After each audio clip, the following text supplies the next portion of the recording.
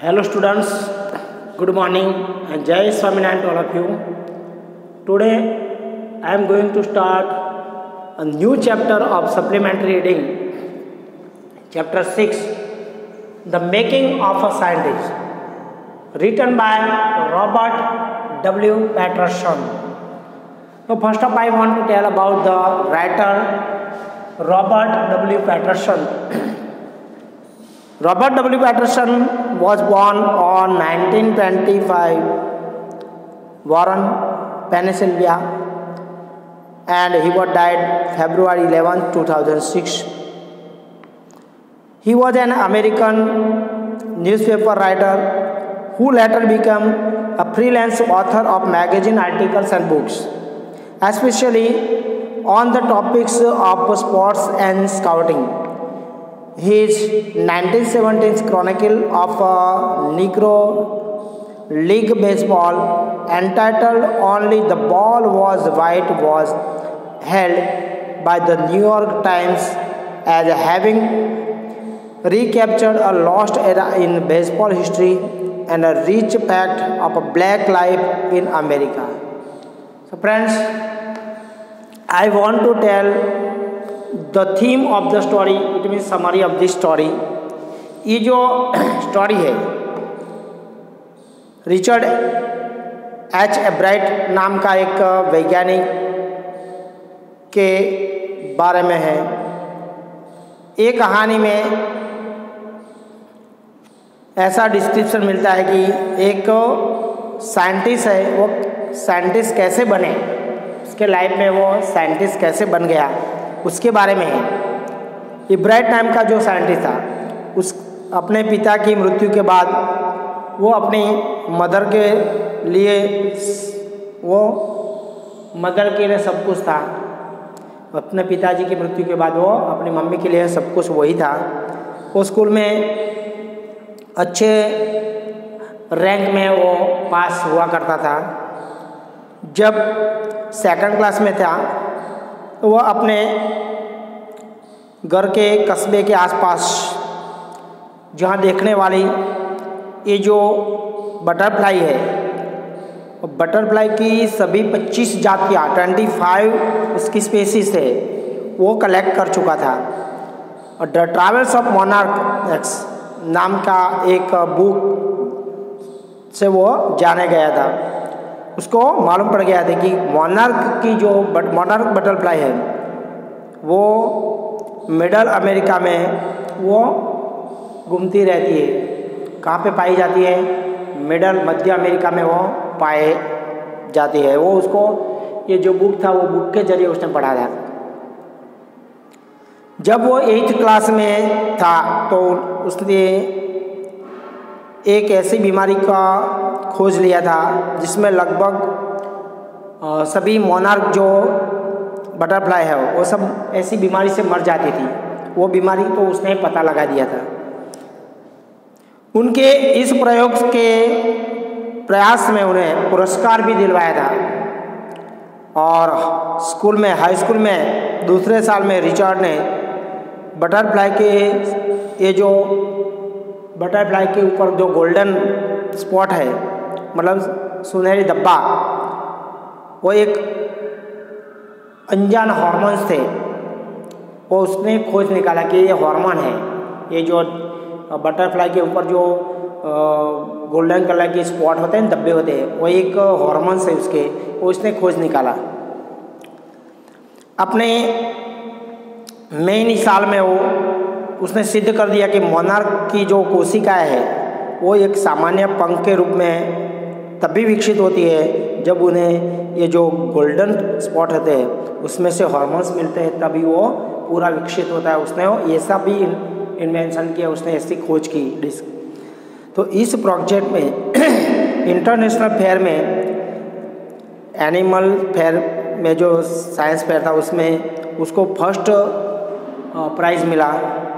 और उसने वो खोज निकाला कि ये जो सेल्स है इनके डीएनए की रूपरेखा वो कैसे पड़ जाती है, वो भी उसने फाइंड किया था। तो एक ऐसे साइंटिस्ट, वो साइंटिस्ट कैसे बना और उसने क्या क्या फाइंड किया जो तितलियों के बारे में, मतलब बटरफ्लाई के बारे में, इसके बारे में एक कहानी है। let me start our story from beginning. At the age of 22, a former Scouts of the Year excited the scientific world with a new theory on how cells work. 22 साल की उम्र में एक फॉर्मर मीन्स क्या होता है, पहले का, स्काउट ऑफ द ईयर ने सेल कैसे कार्य करते हैं उस पर एक नए सिद्धांत की खोज की। उसके साथ एक वैज्ञानिक जगत में उत्तेजना कर दी। Age of 22, a former scout of the year excited the scientific world with a new theory of how cells work.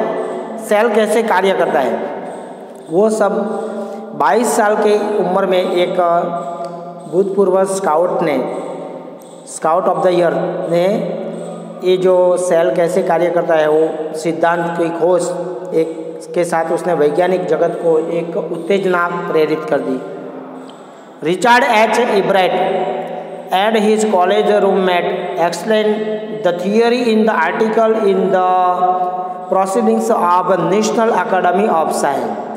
Richard H एब्राइट और उसके जो कॉलेज के साथी थे उसने इस सिद्धांत की राष्ट्रीय नेशनल एकेडमी ऑफ साइंस मतलब राष्ट्रीय विज्ञान अकादमी की कार्यवाही के दौरान उसने ये व्याख्या की। It was the first time this important scientific journal had ever published the work of a college student. ये पहली बार था कि ये इम्पोर्टेंट वैज्ञानिक जर्नल ने कॉलेज के छात्रों का लेख इसमें प्रकाशित पब्लिश हुआ था। In sports, that would be like making the big leagues at the age of 15 and hitting a home run your first time at bat. Sport में इस प्रकार था कि कोई 15 इयर्स की उम्र में एक बड़ी लीग का आयोजन कर लेता था तो बैट से पहली बार जैसे कि होम रन बनाना इतना कठिन था। For Richard Ebright it was the first in long string of achievements in the science and other field. Richard Ebright के लिए साइंस और अदर क्षेत्र में उपलब्धियों की कड़ी में यह पहली उपलब्धि थी, उसकी पहली यह अचीवमेंट थी। And it all started with butterfly और सभी बात उसकी बटरफ्लाई से स्टार्ट हुई थी। And only child Ebright grew up north of Reading Pennsylvania और एक लौते बच्चे के रूप में इब्राइट पेंसिल्वेनिया के नॉर्थ ऑफ रीडिंग में उसका बढ़ावा हुआ, वहाँ पे उसका ग्रोथ हुआ। There wasn't much I could do there he said, वो बोलता है मैं यहाँ पे कुछ ज़्यादा नहीं कर सकता था। आई सर्टेनली कुडंट प्ले फुटबॉल और baseball with team of one, मैं यहाँ पे कोई खिलाड़ी की टीम में फुटबॉल या बेसबॉल नहीं खेल पाया था। But there was one thing I could do collect things, लेकिन एक चीज़ ऐसी थी जो मैं कर सकता था और वो चीज़ थी मैं कुछ चीज़ों को कलेक्ट करता था। So he did and did he ever beginning in the kindergarten Ebright collected butterflies with the same determination that has marked all his activities. ऐसा ही उन्होंने किया और हमेशा जो करता रहा। और किंडरगार्टन मतलब क्या होता है दोस्तों, preschool for children in age of 4 to 6 मतलब 4 से 6 साल के बच्चों के लिए जो प्री स्कूल होती है उसको बोलते हैं किंडरगार्टन। तो जब प्री स्कूल में शुरुआत की तब इब्राइट ने ये जो बटरफ्लाई है उसको कलेक्ट करने का संकल्प किया और उसने सभी प्रकार के उसने एक काम कर लिया। Determination that has marked all activity, ऐसा डिटरमाइनेशन किया, ऐसा संकल्प किया कि अन्य सभी क्रियाकलापों में होती है, ऐसे ही उसने डिटरमाइनेशन की। He also collected rock fossils and coin, उसने रॉक्स फॉसिल्स मतलब जीवाश्मी और सिक्के भी कलेक्ट कर लिए। और he became an eager astronomer to sometimes star gazing at night, और कई बार तो वो एक ईगर जिज्ञासु एस्ट्रोनॉमर जो स्टार को देखने वाला, और पूरी तरह से वो रात भर उसको स्टार को देखता रहता। Well he has his little walks with me as you can see, but Hawking a gardener has been down with lumbago, so there has been no ring throwing lately। अच्छा, जैसा ही आप देख सकते हो मेरे साथ थोड़ी दूर सैर करता है, बट हॉकिंग, लेकिन द गार्डनर, उसका जो माली था हॉकिंग, वो लुम्बेगो मतलब होता है बैक एक, मतलब उसको कमर दर्द हुआ था, तो कमर दर्द से वो पीड़ित है, इसलिए वो पिछले कुछ दिनों से वो रिंग फेंकने वाला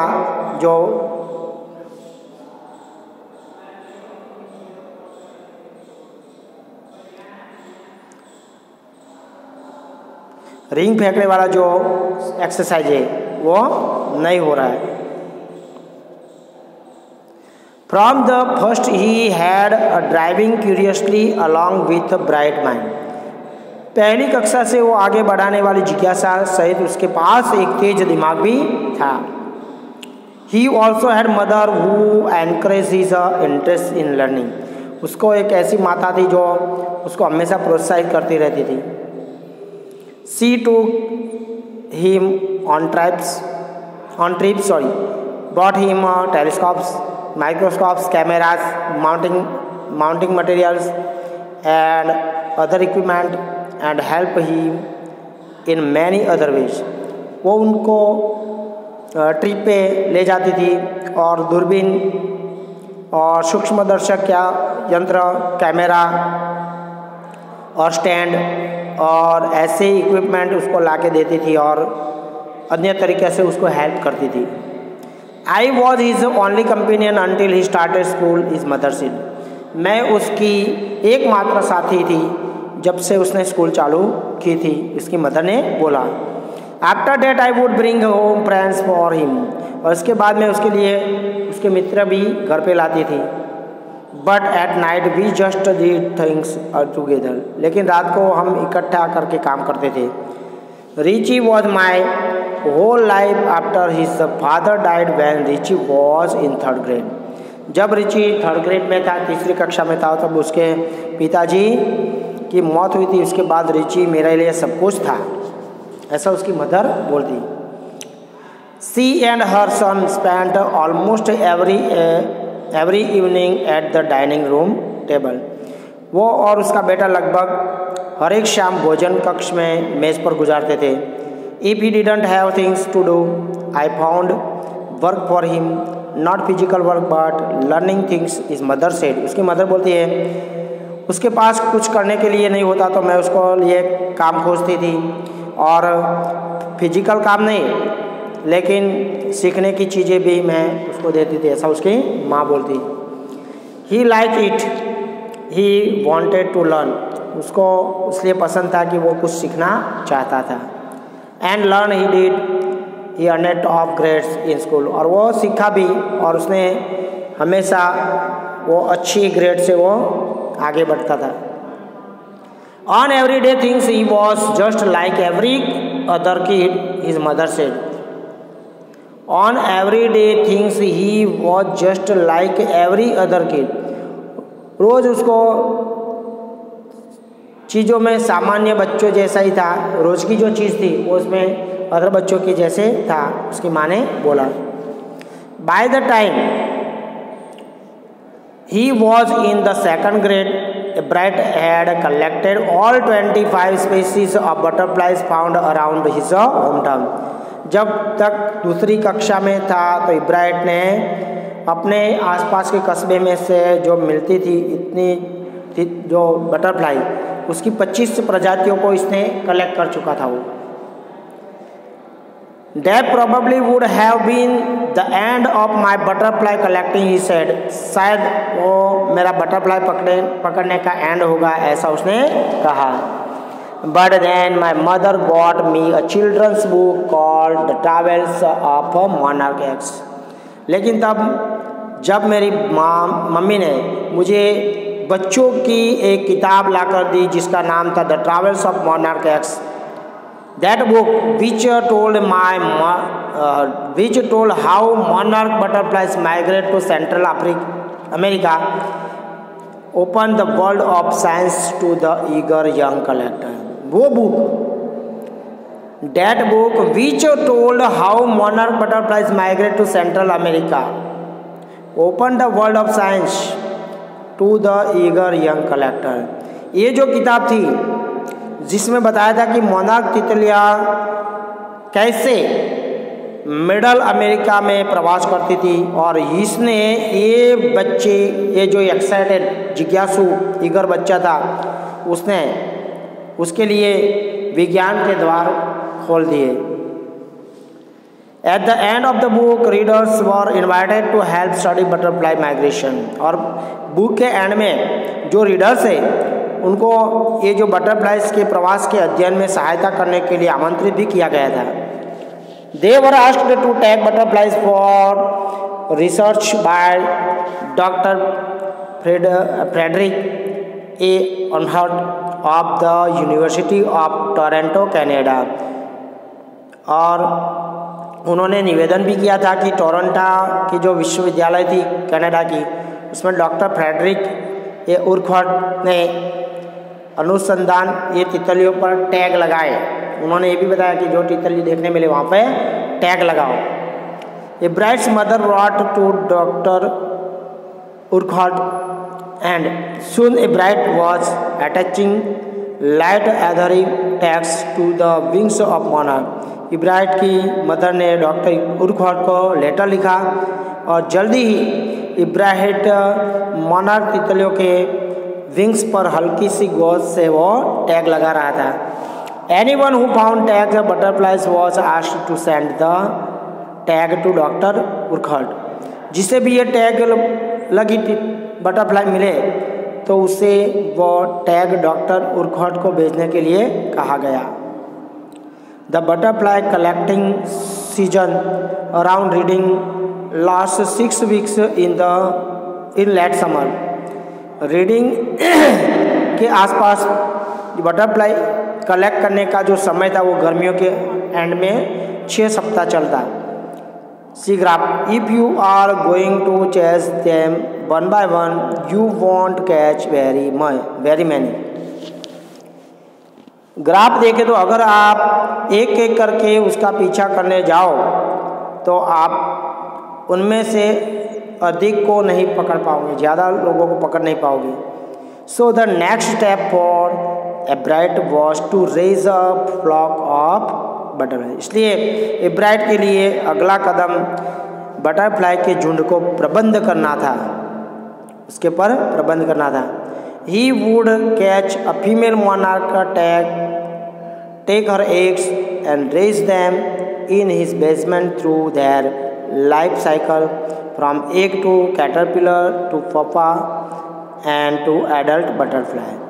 वो एक ऐसी रानी फीमेल मोनार्क को पकड़ना था और उसके अंडे लेता और उसे अपने बेसमेंट में पालता था, और उसको जो लाइफ साइकिल है उसमें अंडे से थे कैटरपिलर से प्यूपा से युवा तितली तक उसको ऐसा शेप देता था। Then he would tag the butterflies wings and let them go. बाद में वो बटरफ्लाई के पंखों पर टैग लगाता था और उसको जाने देता था। For several years, his basement was home to thousands of monarchs in different stages of development. कई साल तक उसका जो बेसमेंट था वो प्रोग्रेस हुई भी अलग अलग अवस्थाओं में पल रही हजारों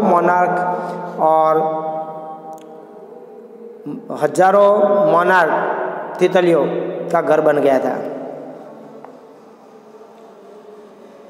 Eventually, I began to lose interest in tagging butterflies.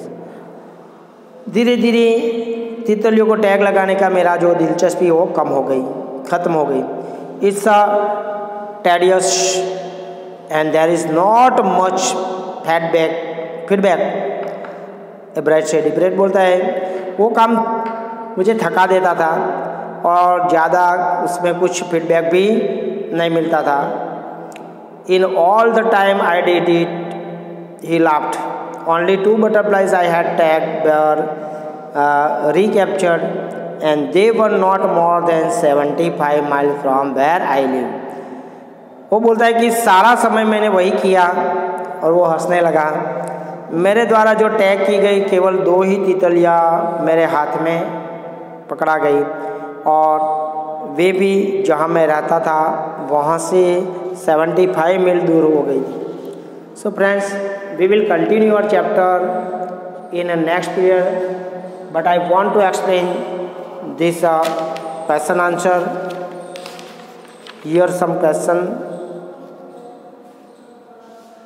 How did a book become a turning point in Richard Ebright's life? ये जो बुक थी वो रिचर्ड एब्राइट के जीवन में वो कैसे एक प्रकार का बदलाव का बिंदु बनी.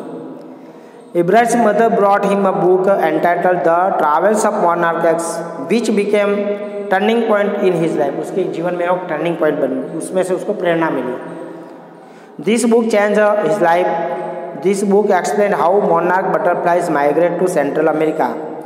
Eight the end of the book, readers were invited to help study butterfly migration, and it opened the world science for this young curious boy. He started to tag butterflies and then caught the female butterfly and took its egg. He observed its life cycle carefully. So ऐसे उसने उसके life में ये book change lie. How did his mother help him? उसकी mother ने उसको कैसे help किया? तो he was everything for his mother after her husband death. उसके पिता हस्बैंड के डेथ के बाद जो कुछ भी था वो वही था. His mother loved him very much. उसकी मदर उसको बहुत चाहती थी. She proved a source of inspiration for him. She proved a source of inspiration for him. उसके लिए पूरा इंस्पायरेशन का सोर्स प्रूव किया. She always encouraged him. हमेशा उसको प्रोत्साहित करती थी. She brought different types of instrument like telescope, microscopes, cameras. उसके लिए वो सभी इंस्ट्रूमेंट लाती थी. उसको जो इंटरेस्ट था वो सब इंस्ट्रूमेंट उसको प्रोवाइड करती थी. टेलीस्कोप, कैमरा और microscope. She was the best companion for him. और वो अपनी जो मदर है वो उसके लिए एक अच्छी कंपेनियन भी, साथीदार भी थी. वो हमेशा उसके साथ रहती थी और साथ देती थी और उसको एनकरेज करती थी. So friends, here we have completed question answer and we will continue this chapter in our next video. Okay, जय स्वामीनारायण.